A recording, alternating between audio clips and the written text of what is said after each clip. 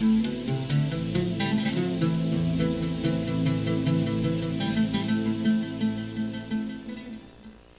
baik para pemirsa TV yang dimuliakan Allah Subhanahu wa taala, kita masih di Ustaz Menjawab dan kita sedang membicarakan satu tema yaitu hutang di dalam Islam.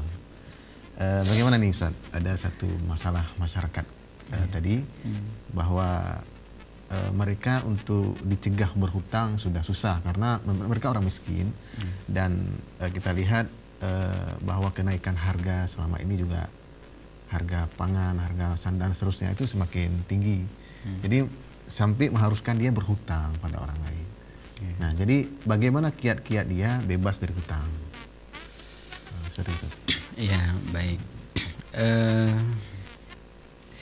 Rasulullah Shallallahu Alaihi Wasallam dalam sebuah hadis bersabda, Innallaha ma'addain hatta yuqdiya dainahu ma lam yakun fima yakrahullah.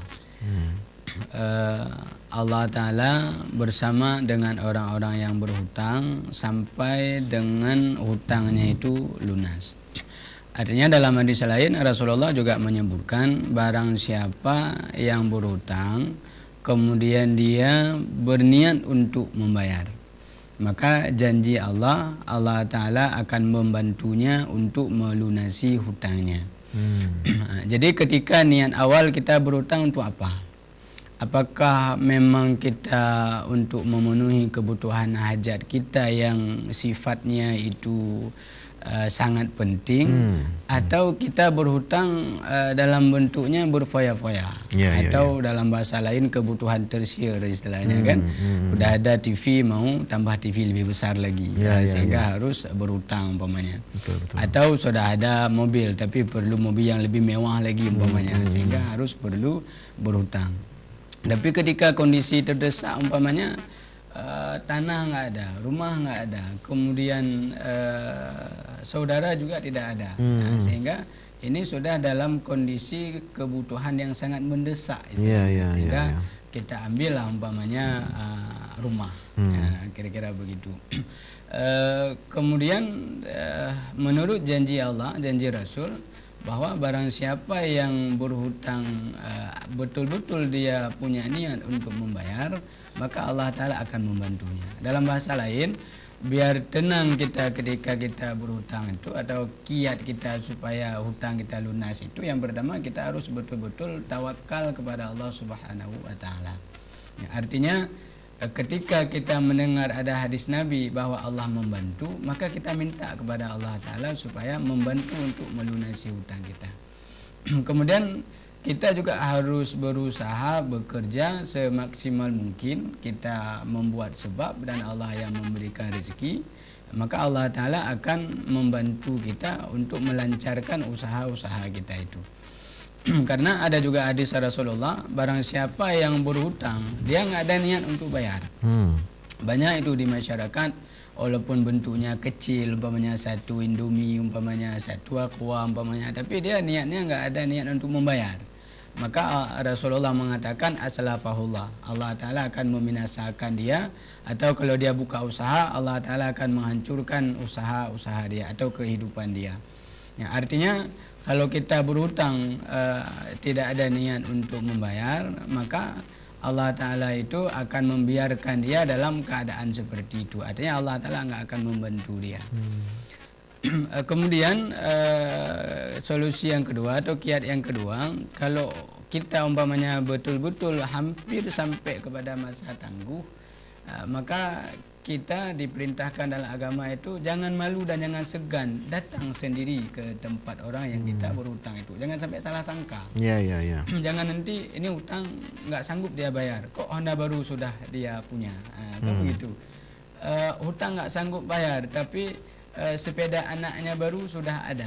Kan ini menjadi suudzon orang yang tempat kita berhutang itu.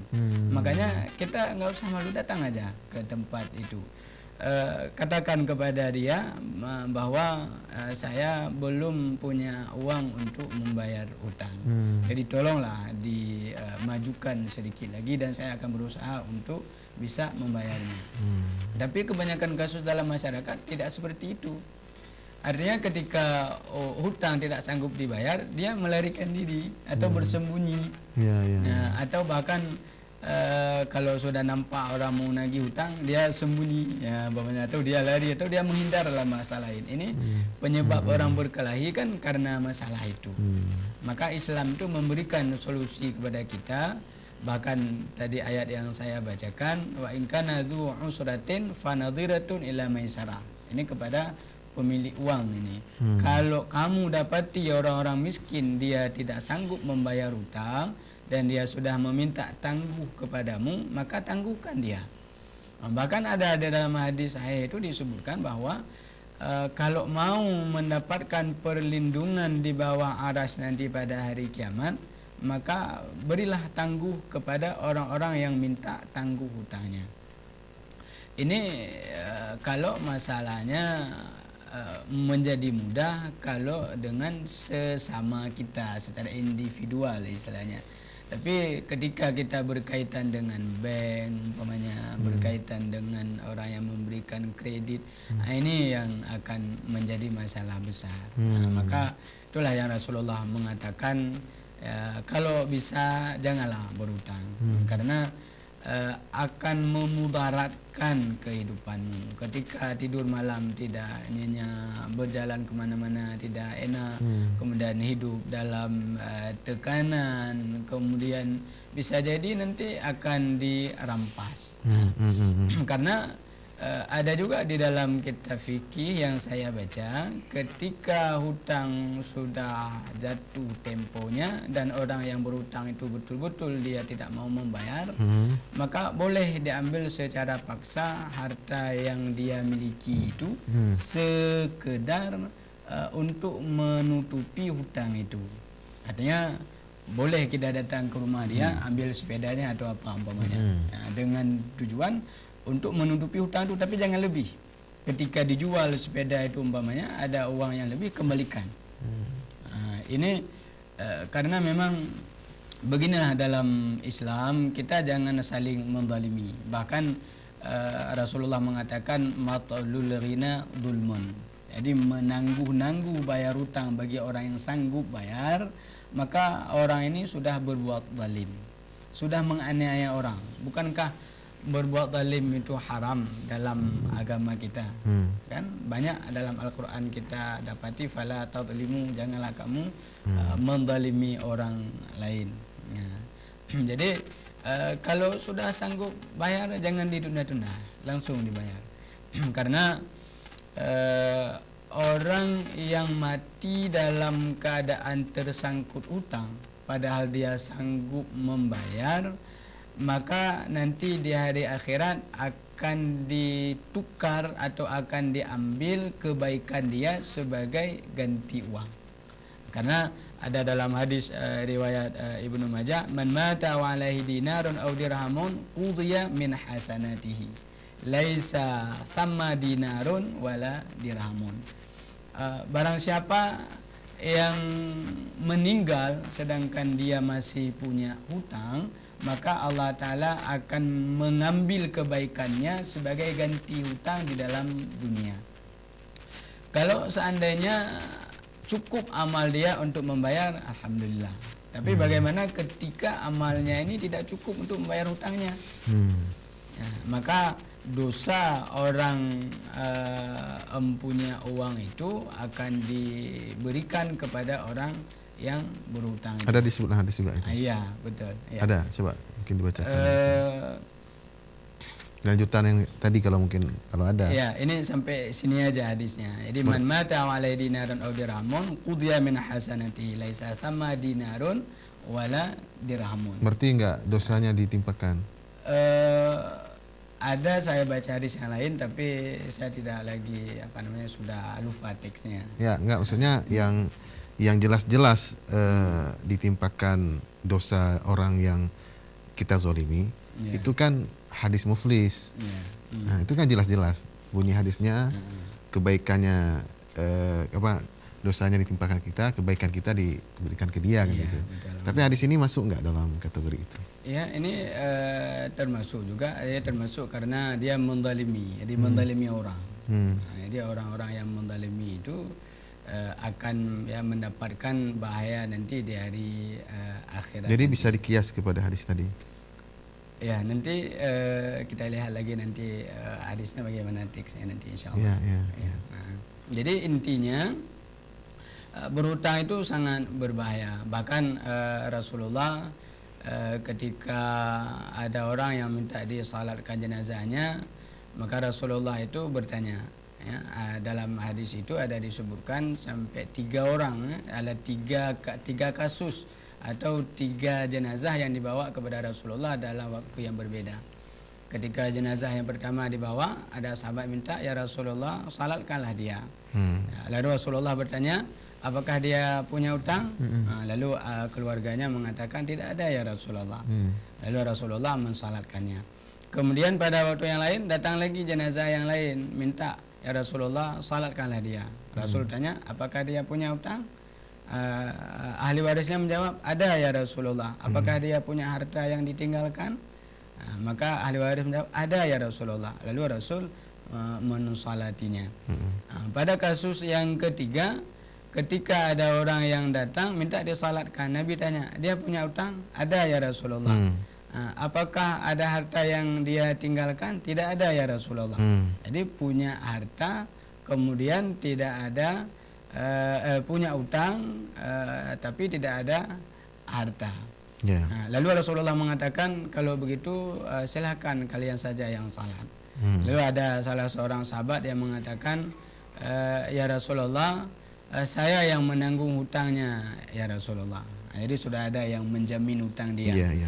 Lalu Rasulullah mengatakan, kalau ada yang menjamin hutangnya, maka saya akan mensolati jenazahnya. Maka ini menunjukkan bahwa berhutang sudah punya kemampuan tapi tidak mau membayar, ini akan bermasalah nanti di hari akhirat. Bahkan orang syahid itu kan semua dosanya itu diampuni oleh Allah Subhanahu wa taala, ilad daina, kecuali hutang. Jadi kalau hutang itu nggak ada keampunan, karena itu hak sesama dengan manusia. Kalau hak dengan Allah Ta'ala itu mungkin Allah Ta'ala akan mudah mengampuni, tapi ketika berkaitan dengan orang lain, maka ini akan sulit dimaafkan oleh Allah Subhanahu wa Ta'ala. Ya, gitu ya, Ustaz ya. Baik, ini yang mungkin yang jadi masalah di masyarakat kita.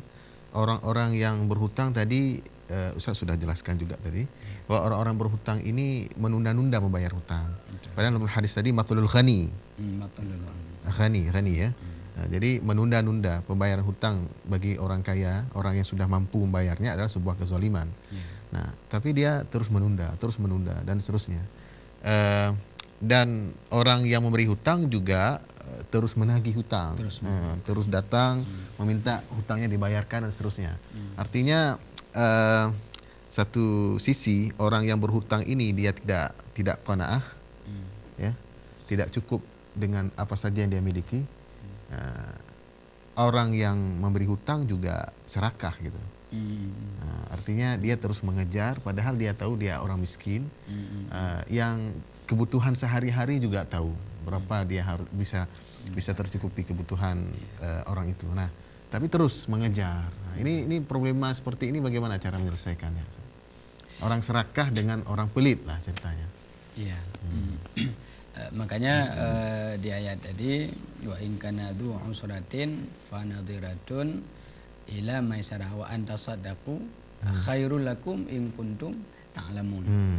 Jadi bagaimana ini orang kaya ini dia memberi hutang kepada orang yang miskin, tapi orang miskin ini nggak mau bayar-bayar. Dan dia lihat kondisinya ini, kalau orang kaya yang maklum, dia lihat kondisinya ini memang tidak sanggup lagi dia membayar hutang. Maka menurut Allah Ta'ala bersedekah saja. Khairul lakum, itu lebih baik bagi kamu, karena kalau tidak kita akan menyimpan dendam di dalam hati kita. Jadi setiap hari kita ingat utang sebulan belum bayar, utang sebulan belum bayar. Baik, Ustaz, kita terima dulu yang ingin interaktif. Assalamualaikum. Assalamualaikum. Ya, putus. Nanti nggak apa-apa kalau terus. Oh ya, ya. Assalamualaikum. Waalaikumsalam. Ya, silakan Ya. dengan Pak Hashim ya. Pak Hashim di Ketapang. Jadi hutang, Pak ya. Ya, ya, ya, betul. Jadi kasus pertama hutang kepada non Muslim ini. Pada Cina.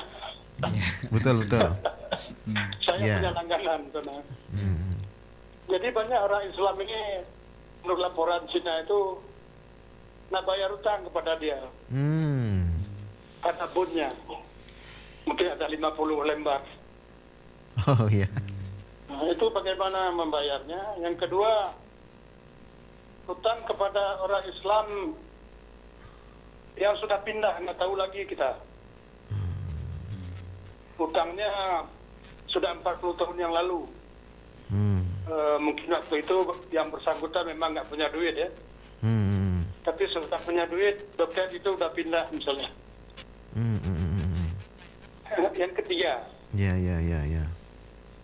ada seorang bapak dulu berjanji kepada seorang mahasiswa, kamu sekolah dulu barang 3 tahun, sesudah sarjana muda nanti akan saya bantu. Tapi tidak ada surat hitam di atas putih ya, lisan saja. Ya. Kemudian ditunggu-tunggu, nggak ada tunggu memang. Nggak dibayar sampai meninggal orang itu. Nah itu bagaimana hukumnya itu? Ya. Jadi tiga jenis nih. Terima kasih. Ya, baik Pak Hashim, terima kasih atas pertanyaan-pertanyaannya. Ini ada 3 pertanyaan nih, Ustaz. Ya, tafadhal, Ustaz. Baik, yang pertama berhutang kepada Non-Muslim. Muslim. Memang benar saya pernah mendengar sendiri, bahkan orang sekampung dengan saya dalam bahasa lain, dia buka toko jual beli pakaian. Dia belinya di Medan sama orang Cina. Banyak sekali hutang dia kepada orang Cina itu yang dia memang sengaja tidak mau membayar.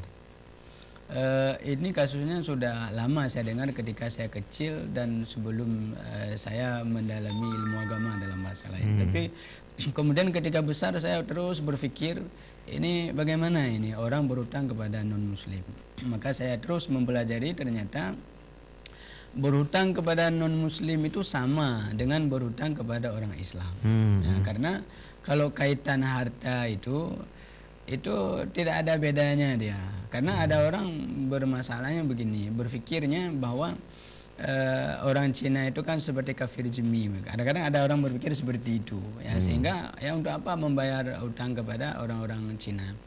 Nah, padahal tidak ada. Dalam Islam itu dalam masalah harta itu sama dia. Baik orang Islam, baik non Muslim itu tetap dituntut oleh Allah Taala nanti dari akhirat. Kemudian apa yang didapatkan oleh orang kafir yang memberi utang ini, saya juga pernah membaca hadis Nabi bahwa orang-orang non-Muslim yang berbuat baik, maka Allah Ta'ala akan membalas langsung kebaikannya di dalam dunia ini. Ya, ketika ada orang Cina yang membantu kita, usaha kita, memberi utang kepada kita, maka Allah Ta'ala akan membantu kebaikan atau urusan hidupnya ini di dalam dunia. Jadi tidak ada perbedaan antara berhutang kepada non Muslim dengan orang Islam, sama dia kalau dalam masalah hutang ini. Sama dengan kita membunuh, umpamanya kita bunuh orang Islam, sama juga kita membunuh orang kafir itu kalau dalam hukum negara kan sama dia. Iya. Nah, walaupun nanti dalam hukum agama itu ada kajian yang lebih mendalam. Kemudian yang kedua tentang orang yang sudah pindah, umpamanya ini bisa jadi dua sisi ini.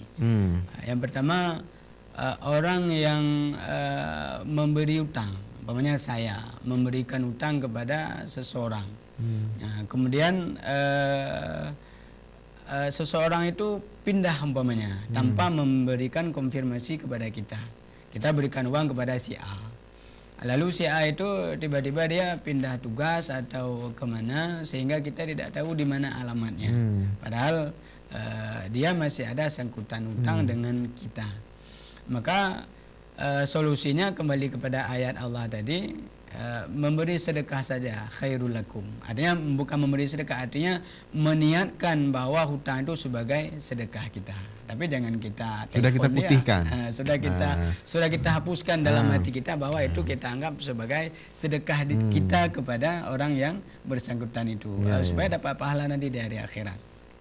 Kemudian kebalikannya, kita berhutang kepada seseorang, tapi seseorang itu sudah pindah dia. Mungkin kan hutangnya nggak banyak. Kalau banyak pasti datang dia ke kita. Mungkin sekitar 500.000 mungkin atau 1 juta, yang kemudian dia tidak terlalu ingat kepada hutang itu. Maka bagaimana cara kita membayar orang yang tidak kita tahu lagi di mana alamatnya? Makanya solusinya, kita yang bersedekah dengan sejumlah uang itu, kita niatkan pahalanya kepada empunya uang itu. Umpamanya saya bersedekah, saya berutang kepada si A, lalu saya nggak tahu lagi di mana alamatnya, tapi usahakan cari dulu, tanya dulu kemana-mana, tanya, pokoknya usahakan dulu. Tapi kita sudah capek berusaha, sudah capek kita cari, tidak kita ketahui di mana alamatnya. Umpamanya orang-orang jauh lah, umpamanya orang Pulau Jawa, umpamanya desa dia di mana, pokoknya kita tidak tahu lagi di mana. Padahal kita sangat takut dengan hutang. Bagaimana cara kita melunasi hutang itu? Maka ada solusi dalam agama. Berikanlah sedekah sejumlah uang itu, tapi niat kalau dia balik, dia datang, itu tetap wajib dibayar. Itu masalahnya. Jangan nanti dia datang, maaf, utang kamu sudah saya sedekahkan. Ini jangan. Jadi niat dalam hati kita tetap bayar. Kalau dia datang menagih, kita tetap bayar. Tapi supaya kita lebih berhati-hati, jangan nanti kita mati tersangkut hutang, kita sedekahkan, datang ke masjid umpamanya, atau datang ke anak-anak yatim umpamanya, sedekahkan sejumlah hutang kita. Ada hutang kita 500.000, sedekahkan ke masjid 500.000 atas nama yang punya uang itu. Tapi kalau dia datang, kita tetap masih wajib membayarnya. Kemudian yang ketiga, janji. Ini kan janji itu orang hutang. Kalau ma'du dainon kan, janji itu adalah utang. Jadi kita bedakan ini antara utang materi dengan utang janji kan. Nanti kalau utang janji itu nanti kembali kepada hadis Nabi yang 3 itu.